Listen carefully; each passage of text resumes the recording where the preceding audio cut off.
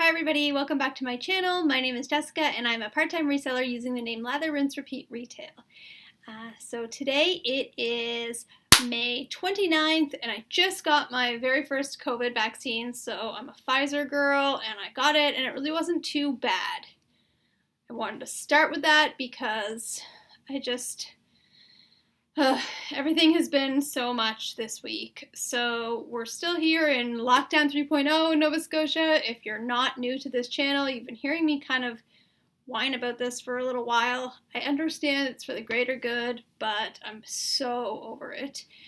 They're saying that the phase 1 is going to start on Wednesday, and that includes retail at 25% capacity. So I'm really hoping that all of the thrift stores will open up and things can kind of get back to a little bit more normal in my life. I do have the Jomar Wholesalers Box video coming. If you're watching this, it's already out. This is going to not come out until Monday, which is the 31st. Like I just said, today is the 29th. I did want to get it out last night, but the video is like an hour long and I didn't get a chance to finish editing it. So it should be out tonight, as in it should already be out. I'll link it up here. I did get some great stuff from there, so I just want to tell everybody kind of how I felt about the experience of getting the box, what's in it, how much it cost me as a Canadian ordering from an American wholesale company, and yeah, anyway, it's up there. I put it up there. Give it a watch. I think it's a good video just for a little bit of what's possible to get from those type of boxes. I know that there's lots of unboxings of those sort of things, but that's my first time ordering a wholesale type box, so I want to do a video of it. Will I order in the future? I'm not sure. I go through the kind of pros and cons in the video, but I digress. Today's video is going to be just a what sold video. So I'm going to try to do these bi-weekly every other Monday. So my new YouTube plan is to release 2 videos a week on Mondays and Fridays. That's going to be, I'm going to really try hard for them to be on those 2 days. I do work a full-time job in the day, so especially the Friday video, if it is a longer one, it might be hard to edit in that night, but I'm going to try to make the Friday ones a little bit just more informational, so they won't be as I don't want to say time sensitive, as like these what sold videos, they run from one date to the next, so I'm going to run them from Saturdays to Fridays, which will give me the whole weekend to get it up, recorded, edited by Monday. The Friday ones, I'm hoping to make them a little bit less time crunchy so that I can actually record it and then take a couple nights to edit it. Anyway, today's video is what sold from May 15th to May 28th, and it's not going to be a very long video because I didn't sell very much. May has been, it's been crap, to say the least. I'm hoping that this is temporary because I wasn't listing very much new stuff. I've been trying to relist and cross-list, but yeah, I haven't been super motivated to do that. I think I've said that a few times in a few different videos, but yeah, let's just get into what sold, and I'll give you some information about each piece. So first up, on May 15th, I had one sale, and that was this Land's End black one-piece bathing suit. I thought this one was going to do pretty well because it was a size 16, which is a great size, nice black classic one-piece suit. I had it listed for $50, and I was expecting to sell it for around $40, and I received an offer for $35. I kind of do this in every one of these videos. It's like, do I want to counter the $5 or and risk losing the sale, or do I want to just say it's $5, I'm still making a profit, and just let it go for that? So in that particular case, that is what I did. It was only listed for 4 days, so maybe I should have counter offered, but I didn't. I let it go for $35. Still gave me a pretty good profit. I didn't spend a ton on that bathing suit, and it was new without tags, but it still had the hygienic liner in the crotch, so I don't know. I went off to a good home, and I hope somebody enjoys it. Next up, on the 16th, I also had one sale. I sold this Ole Henriksen Phat Glow Facial. I don't really know what it is. It's a skincare product. I don't know if it's a mask or a lotion or whatever. I have no idea. It looks kind of bougie with its like all white little container there. I had that guy listed for $40 and I received an offer for $30 and I accepted that. That was listed for 13 days.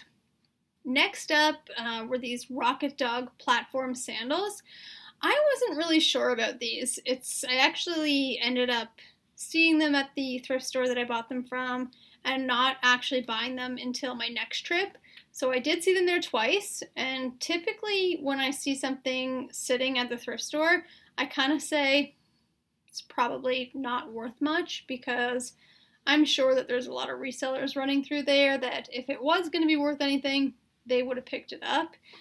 But they were really cheap because they had them classified as a slipper.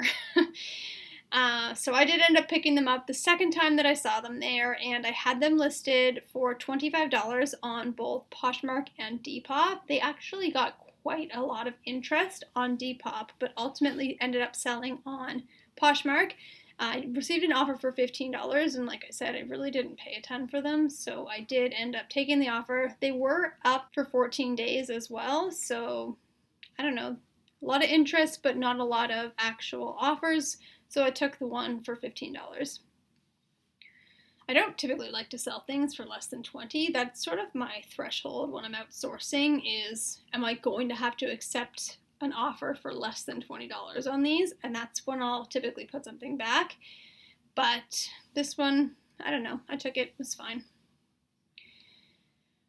Next up, it was actually a Depop sale. So I didn't even have this listed on Poshmark. I only had it listed on Depop. And it was this burgundy crushed velvet cami. And I had it listed for $15. And normally I do include a shipping price on Depop. I don't know what I was thinking when I listed this. I normally charge $15 shipping. And if somebody wants to buy something that's small like this and they agree to letter mail, then I will ship it that way. This one I only had $5 shipping, so I did ship it letter mail. I hope that it arrived. Actually, it might not have arrived yet. It was going all the way to Vancouver. And this, retreat a little bit. This sale was made on the 19th, which means the 17th I sold nothing, and the 18th I sold nothing, and I had this one sale on the 19th. So it probably hasn't arrived yet. 10 days to get to Vancouver with a holiday weekend in there. I won't be surprised if it doesn't arrive until Monday or Tuesday. So Depop is actually glitching. It wouldn't even let me mark it as shipped, but whatever. I did send it by letter mail. I know that that does put me at risk for them saying they never received it, even if they did.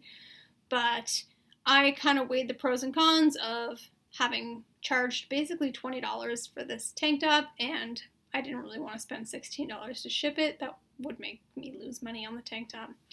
Anyway, next up is this J. Crew cream speckled, like, they call it the Donegal flannel, actually. It's not really flannel, but it's sort of like a thick cotton. So I sold that on the 20th. This is my one sale for the 20th. I had that listed for $35 and I got an offer for $25 and I accepted it. That was listed for 34 days. Oh, I should also backtrack. That camisole that I was talking about on Depop, I had that listed for 84 days. She didn't even offer. I just woke up to that sale. My arm hurts from my vaccine.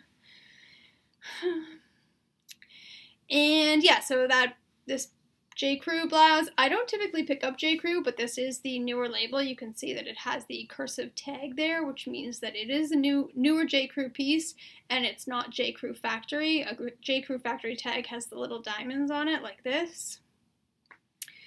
But yeah, I was happy with that sale.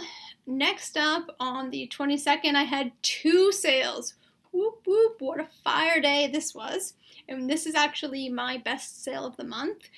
One of them. So I'm going to start actually posting over on Instagram before this video comes out on the weekend before. I'll do like a little sneak peek and let you know what my highest sale of that bi-weekly period was.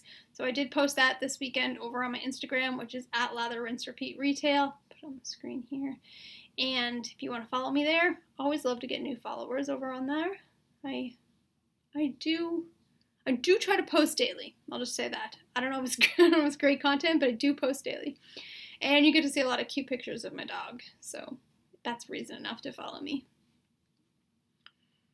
So my best sale of the bi-weekly period was this Alice and Olivia duffel bag. So this was something that I received in my FabFitFun box, and I just really didn't need another duffel bag. I have one, there's nothing wrong with it, and so I might as well sell this new one if I don't need it. So I had that listed for $65, and I received an offer for $50. Actually, I think I sent an offer for $50, and the buyer accepted.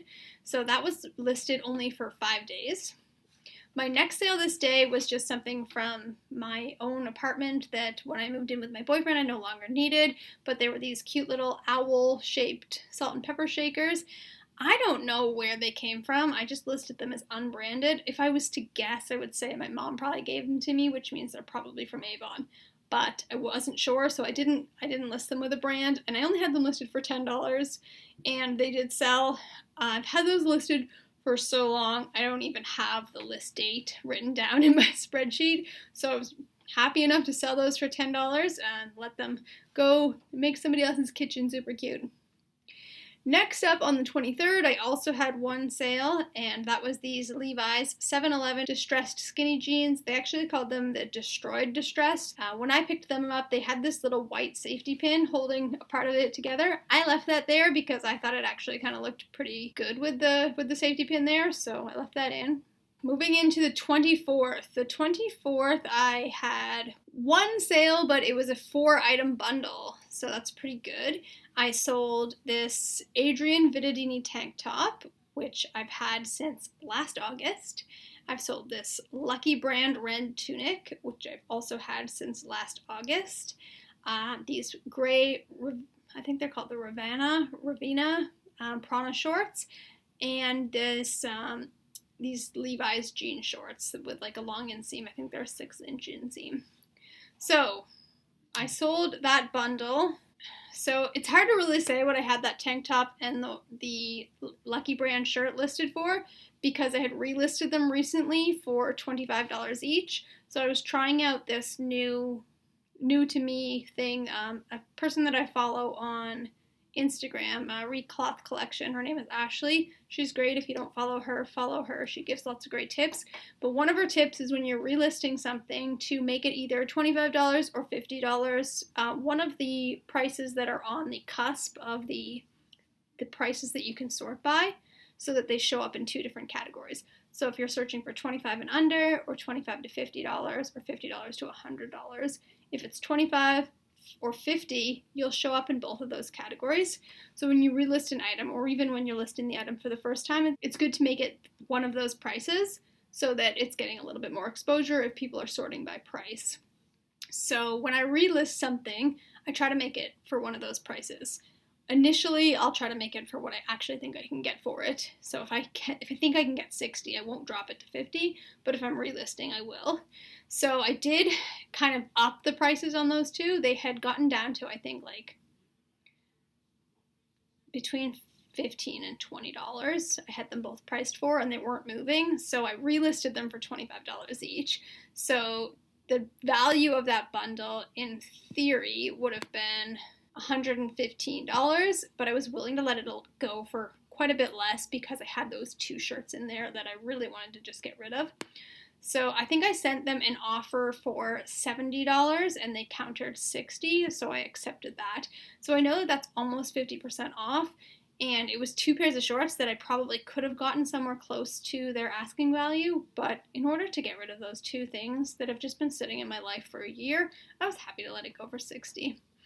And the gray shorts had been listed for 71 days, and the Levi's shorts had been listed for 74 days. So it wasn't like those were exactly new items either. So that to me was a good sale. Plus, well, we're almost to the 28th, and I was just happy to make a sale at this point.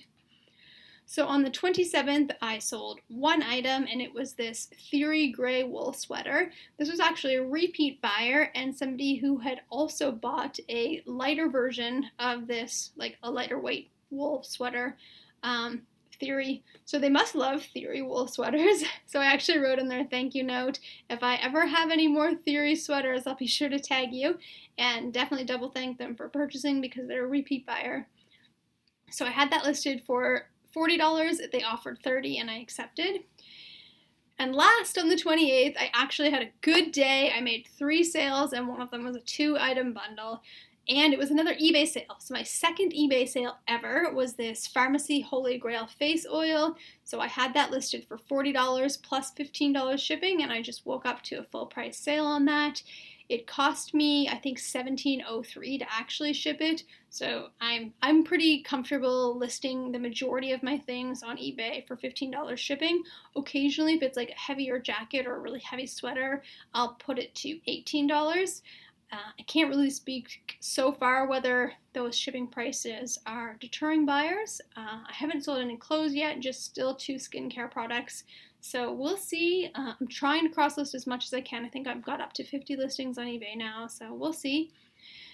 Next up were these Black Free People skinny jeans in like a washed black color. They're sort of like a motorcycle style with a bunch of zippers and stuff. So I had those listed for $40, and I received an offer for $30, and I accepted that. I had those listed for 27 days. And then next I received an offer just sort of out of the blue. I think somebody had liked this Vineyard Vines gray sweater in my closet, and I had sent them an offer, and then they ended up adding this Cloth and Stone plaid t-shirt to a bundle and then sending me an offer. So I had the sweater listed for $35, and I had the t-shirt listed for $25. So that would have been a total value of $60 for the bundle, and they offered me $40, and I accepted. I had that Vineyard Vines sweater listed for 36 days, and that plaid t-shirt listed for 54 days. So perfectly reasonable offer in my opinion. And that is it. It's all my sales. I haven't made any sales yet today either. So I don't really know what's going on. I'm going to continue to blame this slowdown in sales on the fact that I really haven't been listing. I spent the morning steaming and photographing about probably a third of the Jomar Wholesales box, and I'm going to try to get some of that listed tonight. I'm really torn on whether to sort of save those listings and only post a couple a day so that they last me until the next time I can actually go shopping and get listing. I think I can probably maybe list about 8 a day, and that'll bring me to next week when hopefully stores open again on Wednesday and I can get out thrifting. But part of me just wants to list them as soon as they're ready so that they're up there and available for sale, because if it's not listed, it's not selling. But I think that I'm going to limit myself to releasing 7 or 8 of them a day and then relisting another 10 items or so a day. I ran my inventory report from Poshmark, and oh my god, I have so much stuff that could be listed. If you have something in your closet that's been listed for 60 days or for longer than 60 days, so 61 days or more, you can just use the copy feature to relist it.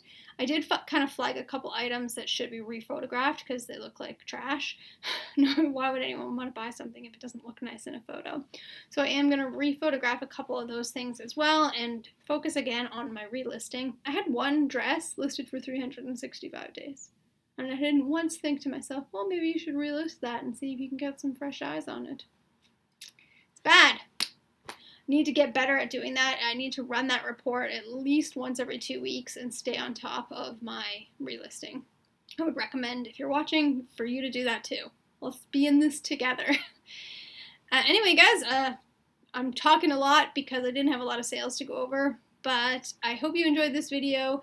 I will be doing, like I said, the What Sold videos every other Monday. So if you like these kind of videos, hit that subscribe button. I'm also hoping that I'm going to have another video on Friday. I don't know what that one's going to be about yet. I actually do. I did make a calendar, but I can't remember, and I'm not going to go look right now. So it'll be a surprise. If you like reselling content, feel free to follow me on Instagram. We'll see you on Friday. Enjoy your week, guys. Bye.